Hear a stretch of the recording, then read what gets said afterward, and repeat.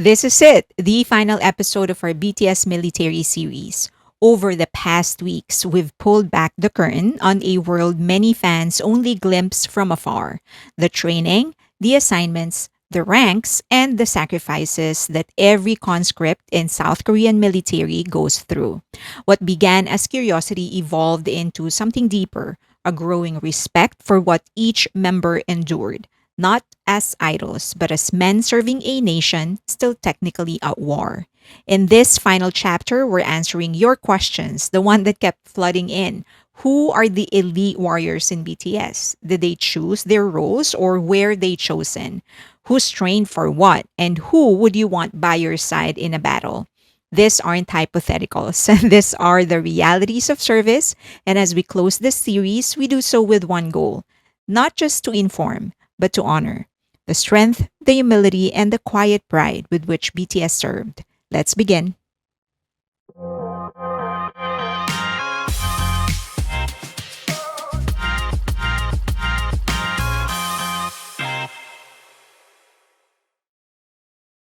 Who are the elite warriors in BTS? Well, Jin, J-Hope, Jimin, and V all have the same elite level military title. It is called Tukup Jonsa. And this title is given to everyone who reaches a certain physical, mental, and combat performance. They are referred to with different names in English: special class warrior, elite warrior, special warrior, and others. The evaluation criteria is actually the same. In Hangul, it is actually called Tokkop Chonsa, or special grade warrior. It's just that the media or the fans actually use different English terminologies when they refer to it. So, for those who don't really understand, it seems like they are all different when in fact they are all the same. So, Jin, J-Hope, Jimin, and V all got the same title. What is the difference in their training? Everyone who's doing their mandatory service goes through the same training. In fact, even Suga went through the same thing. It's just that it's modified to accommodate his injury. So they go through physical exercise, hand to hand combat training, weapons training, principles of the military, and others. They also go through classes so that they could fully understand why the government is imposing a mandatory military service to begin with. After the training, that's when they get assigned different jobs. That's when they get specialized training and daily tasks depending on the jobs. V, for example, did extra close quarters combat training, anti terror drills, urban tactical movement, and others because he is under the SDT. They serve as the police in the military. So, depending on what they end up doing, they are trained accordingly. Were they chosen to do the jobs or roles, or did they apply for it? It really depends. Draftees can express a preference for a branch: Army, Navy, Air Force, Marine Corps, or alternative service. However, assignments are not guaranteed. The MMA ultimately decides based on national needs, manpower supply, and of course, the qualifications. If a person has special qualifications, for example, computer science, language fluency, music, broadcasting, they may apply for certain specialized units. For those that are fluent in English, for example, they can serve in the Katusa, or Korean augmentation, to the US Army. Those with knowledge in music can apply for the military band. If they can do programming, then they can apply for cyber command. If they know sign language, they can also do interpreter corps. For V, under the SDT, he needed to apply for that. Selection for SDT is very, very competitive. The physical requirements are much higher. For Jimin, his math and engineering skills qualified him to work on weapons, but he also needed to have almost perfect weapon skills. RM qualified to be in the military band because of his music skills. And yes, all of them could have applied for the military band, but as I've mentioned, the final decision isn't really up to them. The timing of enlistment can also affect what kind of job they end up in. Those who enlist during peak demand periods might get assigned to whatever branch or unit has a shortage. Enlisting early, meaning those who don't wait until they absolutely have to before they actually enlist, sometimes increases chances for preferred roles. So in BTS, who was the highest ranking of all? Byungjang or sergeant. This is the highest rank a regular conscript can reach during their service. It's the fourth and final enlisted rank in the conscript system, and all of them actually became sergeants. Regular conscripts cannot become commissioned officers like lieutenants or captains. To become an officer or senior NCO or non commissioned officer, one must go through military academy or enlist as a career soldier or in specialized training tracks. So while they may have different jobs, at the end of their service, all of them became sergeants, same rank. No one is saluting anybody.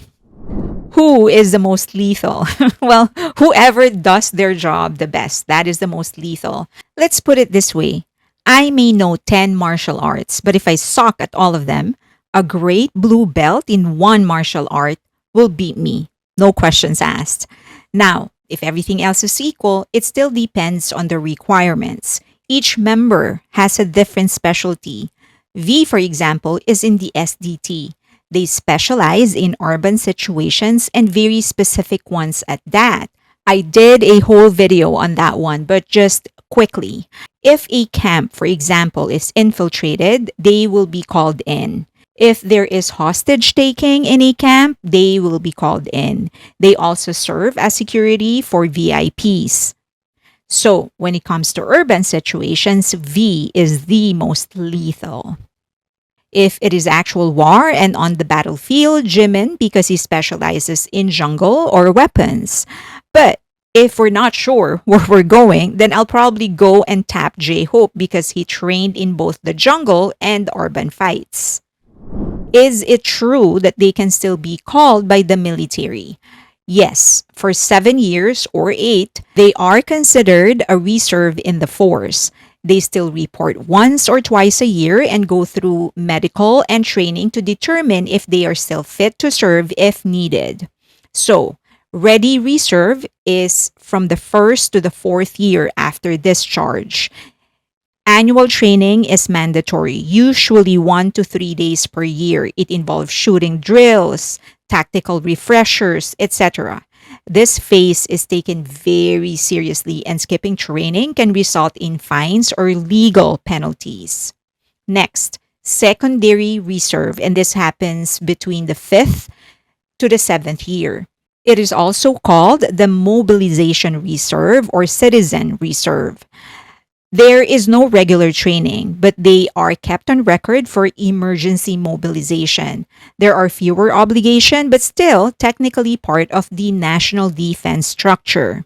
Reserve training is not usually publicized, and most celebrities complete it quietly. In rare cases, if someone fails to attend without justification, it can be a major PR scandal. Korean society takes this very seriously, but there's no exemption for fame, wealth, or status. But remember that the bottom line is we don't know a lot of things. The military, for obvious reasons, don't exactly disclose everything that they do. But I hope that after this series, what we develop is better appreciation for the military and, of course, for BTS. Each person did their best in the job to which they were assigned. Remember that this is not some brand deal or chart performance. They were there to serve their country because they are still at war.